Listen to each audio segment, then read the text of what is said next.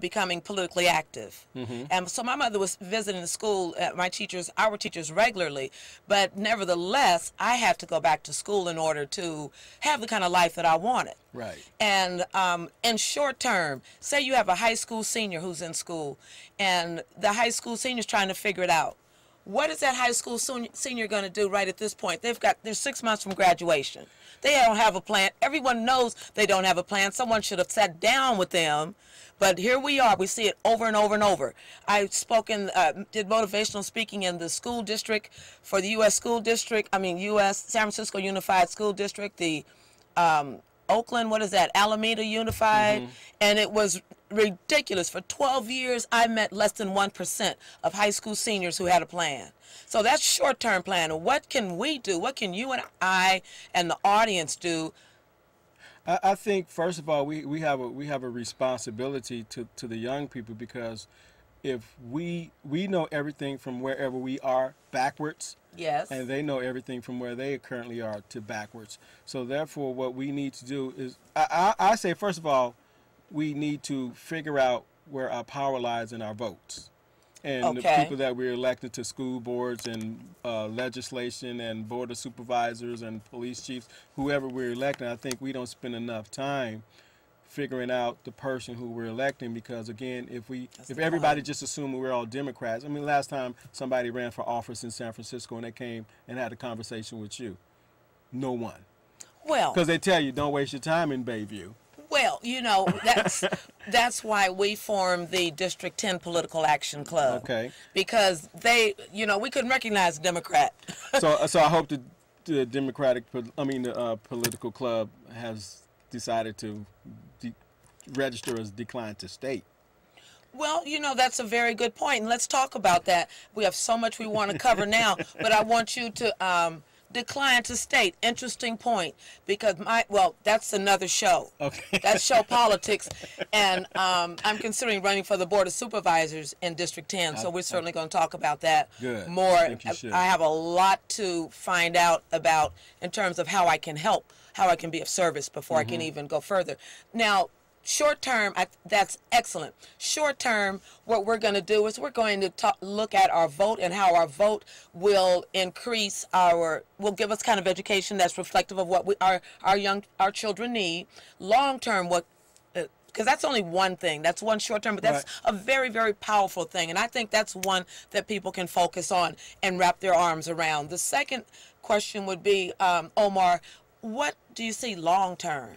Well, long term it's going to be about education. Education is, bar none, the leveler to level the playing field. There is nowhere we're going to go in this society anymore without education. But also keeping in mind, we are now in the state of the rise of the creative class. So you have to be, not only do you have to have an education, you have to be creative as well. You have to learn to develop what it is that you want to do, because again... Okay, let me stop you right there. Now, let me go, check this out.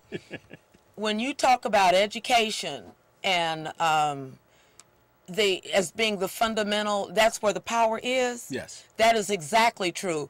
Every person who has achieved their dreams or done something strong, something meaningful, needed education on many different levels.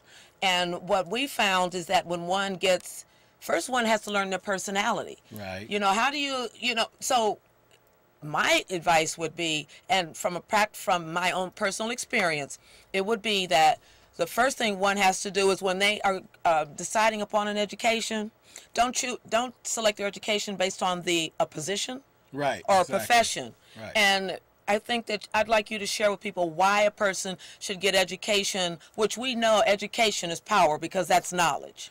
Well, if you think about it from a purely athletic standpoint. Oh. So if you take a child and the end results and the goal is to become a professional athlete, and so they take all of the necessary steps they need in order to become a professional athlete in most sports, you have to go through a college. So you said take the necessary steps. Right. Critical piece. How does a young person find out what the necessary steps are? Well, you have to, first of all, you have to learn how to play as a team. So you have to get involved with other people, because through sports, and I like to use the analogy because we as a people, we're a relationship people, and we have given that up to adopt this Western culture. So, but in a relationship, if you do really good right now, I give you immediate gratification. Like if you catch a good ball, I give you immediate gratification, and if you mess up the next play, okay, I give you immediate feedback. Right. And so you're like, okay, I know what to do and what not to do. Right. So these are all learning steps and learning processes. So where's the person going to get this process? Okay, I take my child to school. My child is in. When does it start? Where does my child get it from? Well, it starts at conception. Okay, let's say, because something did not start at conception, right, from what we're seeing in school. Well, because again, it didn't for these people. I mean, not for for the low demand families or parents. It didn't start because they are also all victims of this same system that was not set up for them in the first place to survive. They're doing exactly what the system is leading them to do. Anybody that makes it to where you and I make it, we're something of an anomaly. We like, you were supposed to have been killed off long ago. You were supposed to succumb to not being able to use your brain. But you're supposed to just follow.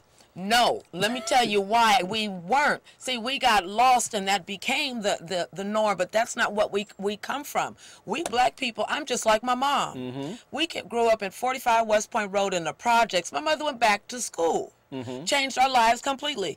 I dropped out of high school. I went back to school. I'm living my dreams. Whatever it is I want to do, I can do it just like any person can, any American. So I believe our job is to show them how to do it, right, and let them know that it can be done. Right. So I say step one is that in the course of all getting education, because school is mandatory. I want to talk about truancy too. Okay. But in the course of getting an education, and a person needs to find themselves. Mm-hmm. And of course, that they told me to graduate from high school, to go to college, because I have a responsibility. My life will be better. Well, guess what? I wasn't feeling it. Well, Diane, remember your mother is a high demand. You had a high demand parent. Yeah, because my mother was a black woman. Right, that was a high demand. So she was a black woman. She had no choice. She expected more from you. So if you But she knew black history. Right. So she knew that we were this where we have black people on the corners, where we have young men not pulling up their pants, where we have mothers and parents, fathers not acting like parents. All this is a hybrid. This is some weird offshoot subculture. These are not black people. These are Negroes. Well, well, excuse me, but no, that's good because hey. But again, you have to remember the Negro is something that's made in America. Thank you. And now all of these Negroes, now that we have the internet, all of the Negroes are not just in our hoods no more. Because if you begin to look at all of the children in this society, they are all responding and acting and smelling and doing the exact same thing, not only here in the United States, but in other parts of the country too. How do you have a lowrider that was built in LA for the Hoover Crips driving around through Hong Kong and Japan? I'm glad you said that. I was watching a show. Our culture is so rich. Right now, we have the only exportable item in the United States. It has been rap music. It has been the sagging pants. It has been our entire culture. Mm-hmm. We've always led. I mean, we are so rich that there's it doesn't take a rocket scientist to figure out why certain opportunities are not afforded to us. Right. If your child